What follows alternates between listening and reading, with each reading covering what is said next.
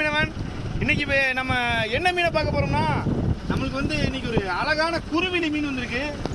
இதை வந்து நம்ம பக்கம் குருவிலின்னு சொல்லுவான், இதை குருவலை அப்படின்னு கூட சொல்லுவாங்க.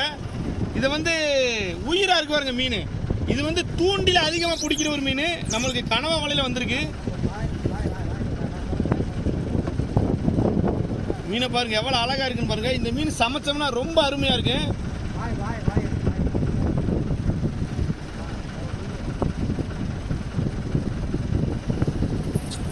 அதுலயும் இப்படி ஐஸே வைக்காம இப்படி பிடிச்ச உடனே இப்ப சமைச்சோம்னு ரொம்ப ரொம்ப அருமையா இருக்கு.